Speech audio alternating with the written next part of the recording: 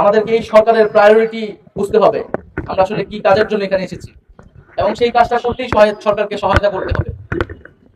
এবং আমরা বলবো যে এই জুলাই গণহত্যা সহ এর আগের যে গুম খুন, এই সকল গণহত্যা এবং গুম খুনের বিচারের মাধ্যমে কিন্তু সমাজে একটা ন্যায় বিচার নিশ্চিত পাবে, এবং এই শহীদ পরিবার এবং আহতদের সামনে জাতি হিসেবে আমরা আসলে দাঁড়াতে সক্ষম হব।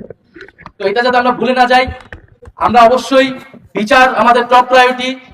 এই বাংলার মাটিতে এই গণহত্যাকারীদের বিচার নিশ্চিত করব, এটা ঘোষণা দিয়েই আমরা এক দফার ঘোষণা দিয়েছিলাম, এবং আমরা সেখান থেকে এক গুণতি পরিমাণও পিছপা হইনি।